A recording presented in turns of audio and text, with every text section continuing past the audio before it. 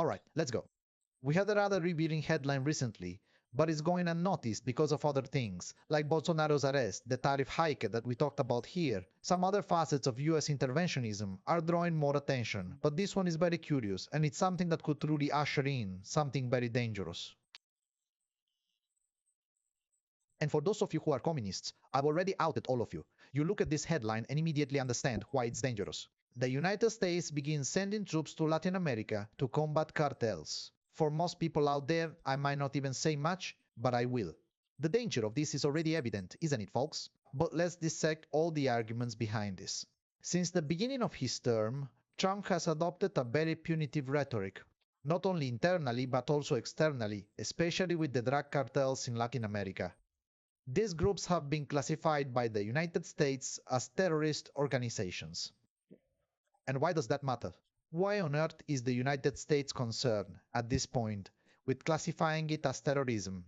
Because after 9/11, classifying something as terrorist legitimizes direct intervention. So, it's basically the Trump administration combining two axes of imperialism: war on terror and the fight against drug trafficking. And this is something we've talked about in other live streams here, when we discussed Ecuador, for example. What the war on terror was for the so-called Middle East, the fight against drug trafficking is what's happening here in Latin America.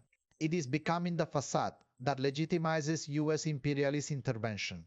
But now, finally, the US government is taking concrete action. Troops and ships were dispatched to the southern Caribbean Sea to, quote-unquote, intercept the maritime movement of cartels. Ground attacks and airstrikes are also planned in Mexico and Venezuela. According to G1, Brazil is not initially in the crosshairs. Initially.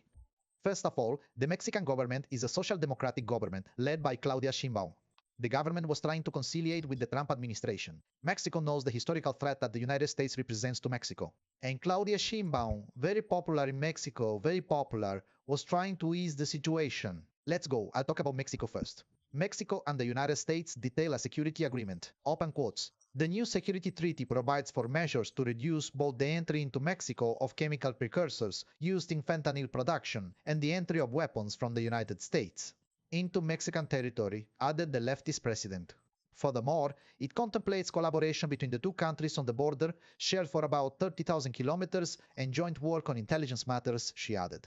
A few days ago, the Mexican government did this. Just a few days ago, pay attention to the date. Mexico extradites cartel members to the United States. This is collaboration. The Mexican government was trying to collaborate on the crackdown against cartels. And they know this because the US border has always been a tense issue, and Mexicans lost half of their territory to the United States in the 19th century, right? So these relations have never been so harmonious. Even so, the Trump administration sent troops. So, you understand that no matter how much collaboration Claudia Sheinbaum offers to fight cartels, it won't change a damn thing, because the Trump administration isn't interested in confronting drug trafficking at all. What he wants to do is reinforce the US military presence in the region. And this is so typical and so repetitive that it even becomes tedious. That's why I told you that for any naughty communists in the chat, this isn't even news really, you know? In Venezuela's case, things escalated further because relations are much more hostile, right? Maduro announces the mobilization of 4.5 million militiamen against US threats. Militiamen, folks, only have that connotation of organized crime police here in Brazil, okay? Everywhere else in the world, militia means something else. Open quotes. Venezuelan President Nicolás Maduro announced this Monday the mobilization of 4.5 million militiamen in response to what he called US threats, which increased the reward for information leading to the capture of the Venezuelan leader and launched an anti-drug operation with military personnel in the Caribbean, close quotes. So, in Venezuela, besides the official army, the government has popular militias, which is basically what keeps the Chavista government afloat. It's both the support of the armed forces and the popular militias, okay? And Maduro is mobilizing this because Trump is now using this anti-drug rhetoric to invade Venezuela. And talking about a bounty to capture Maduro, right? My goodness gracious. It's a lot of nerve, actually. Open quotes. The Trump administration stated that the bounty was doubled because Maduro represents a national security threat to the United States. According to them, the Venezuelan president is one of the biggest drug traffickers in the world. They just make things up. He's talking about the increased value of what? Of the reward for Maduro's capture. So, the fuse is burning faster in the Venezuela-US relationship, and I wouldn't doubt it, I'm just gonna make a conjecture. I wouldn't doubt that Trump just says, screw it, and suddenly sends an aircraft carrier there.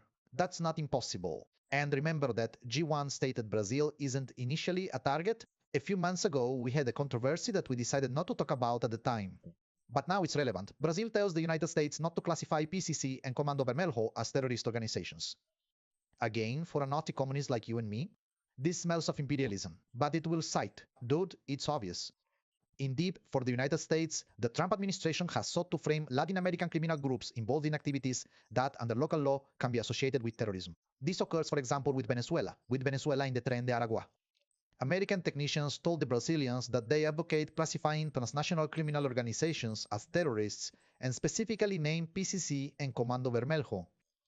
Do you think Trump will only use Bolsonaro as a justification to increase intervention in Brazil? The guy who included PICS on March 25th also included PCC and Comando Vermelho in the mix.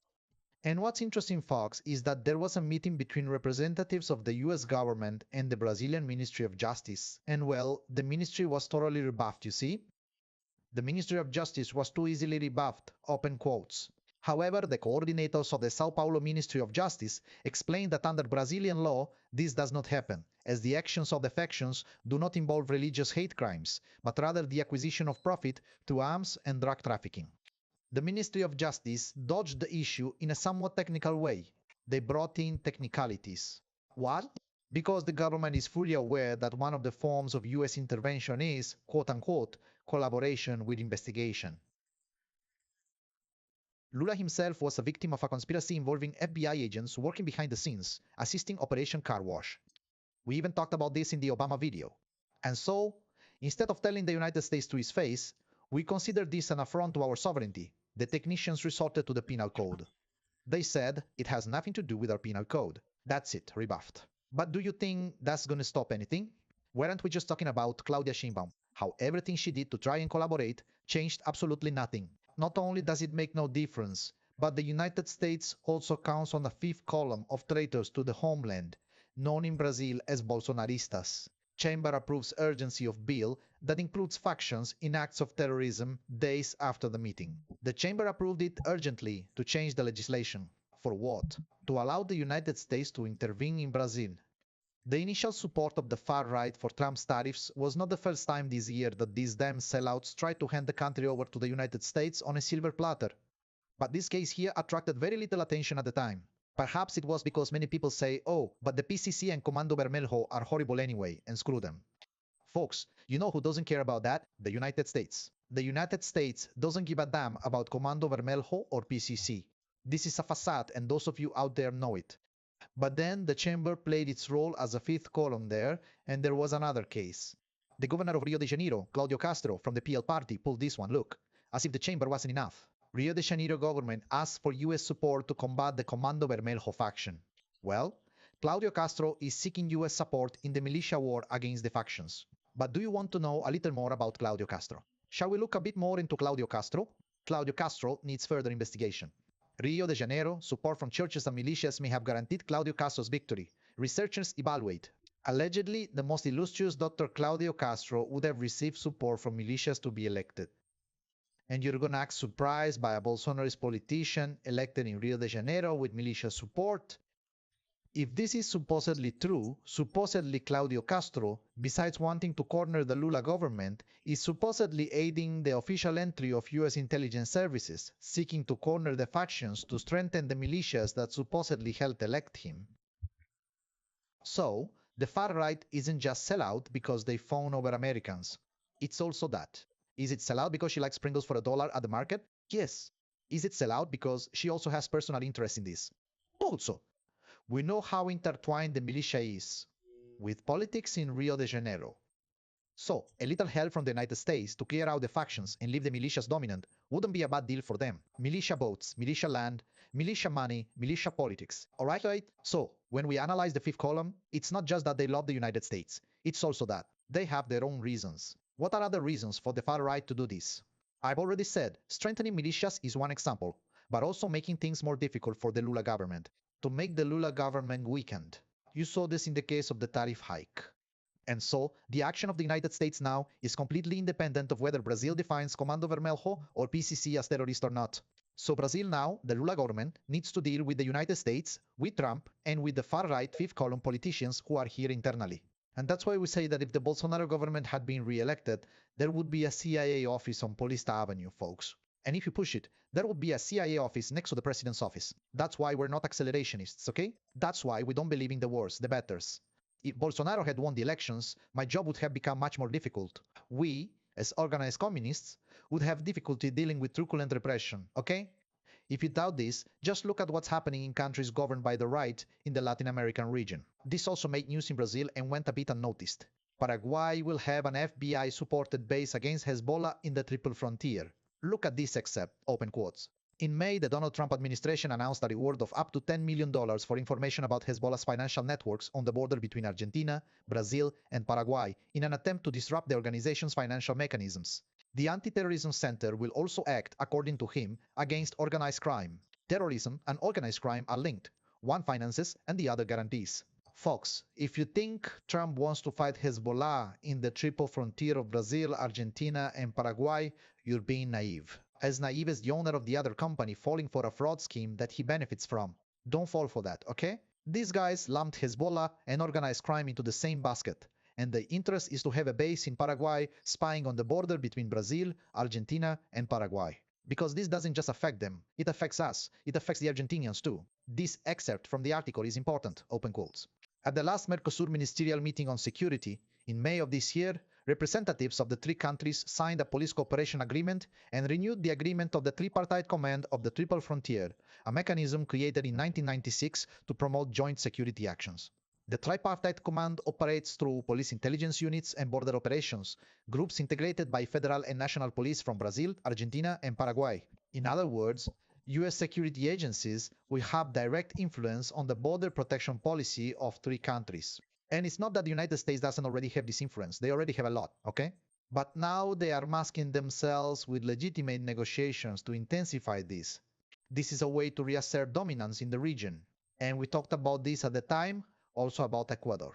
The president of Ecuador expects military support from the United States, Brazil, and Europe. We talked about this when Ecuador was suffering a series of attacks. The right-wing president, Daniel Noboa, is asking for international troops in Ecuador without any scruples, open quotes. When questioned by the British network if his plan to combat crime included bringing mercenaries into the country, he replied, not necessarily. We are talking about armies from the United States, European Special Forces, Brazilian Special Forces. We need more soldiers to fight in this war. Ecuador is being punished by crime, folks. That is true. Since the negotiations with FARC in Colombia, the core of drug trafficking has been shifting towards Ecuador. And the country is paying a very high price. The cartels are brutally dominating the country. We had, for example, the candidate Fernando Villavicencio assassinated. He was assassinated and then several others were assassinated in sequence, okay? But for the United States, this is an opportunity for intervention. And we said that at the time. The United States uses organized crime as an excuse to strengthen its military presence in the region. Trump couldn't care less about the population of Ecuador. He probably doesn't even know how to point to Ecuador on a map. And so, Noboa is asking for Trump's help. And do you think that help will come for free? Of course not. The United States has its eye on the oil and lithium in the region. Even the oil that led to the Amazon Chernobyl, which we've already made a video about here on the channel, okay?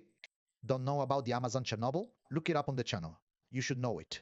Obviously, this international aid isn't free. And for those who say, oh, Jan is exaggerating, he loves organized crime. Latin America has a problem with cartels and criminal factions, and Jan loves cartels and criminal factions.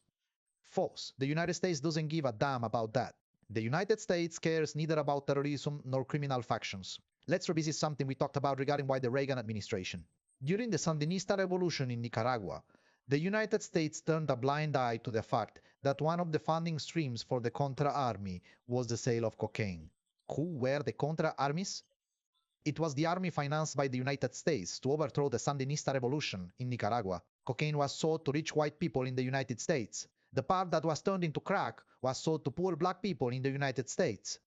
The public health problem became a police problem, and the police incarcerated thousands of poor people due to crack addiction.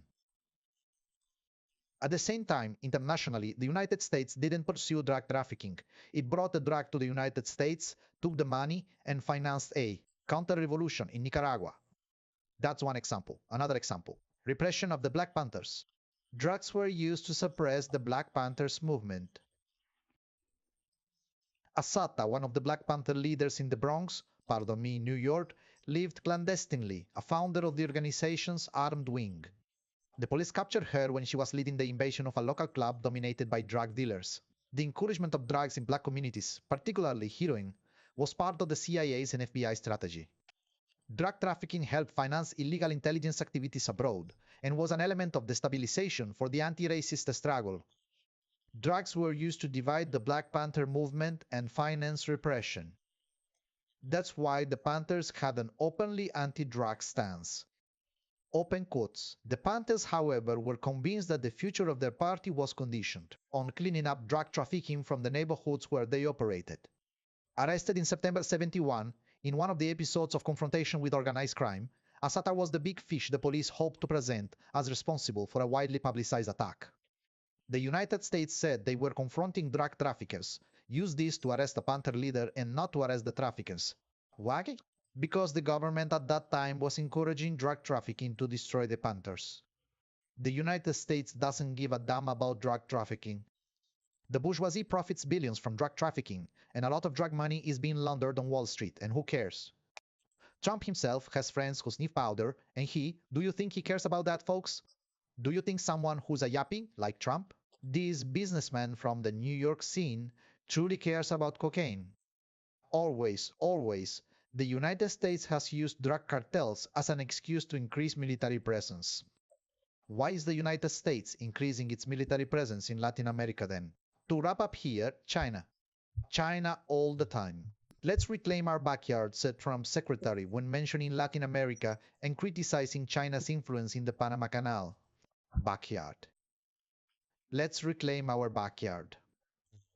Open quotes. He further stated that the American government will invest whatever is necessary to meet American interests and disrupt Chinese influence. China is the largest trading partner for several countries on the continent, and this also comes with China's political influence. This greatly displeases the United States, which wants, as they say, to reclaim its backyard. In this conjuncture, cartels become terrorism and combining the war on terror with drug trafficking. They invade Latin America. From the 60s to the 90s, the United States was lenient with cartels because it helped in the fight against popular governments and revolutionary parties. Nowadays, things are different. Nowadays, it's important to use these same cartels as an excuse. Very similar to what the war on terror was, right? In the 80s, Islamic fundamentalism was a way to destroy the Soviets.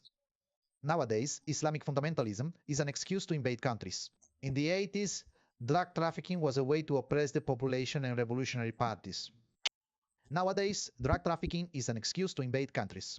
The trend is to get worse, okay? You can expect more US military bases and intervention in the 2026 elections. You can expect it. And that's what the G1 article said, almost like a Freudian slip. Brazil is not a target. Yet. Brazil is not a target.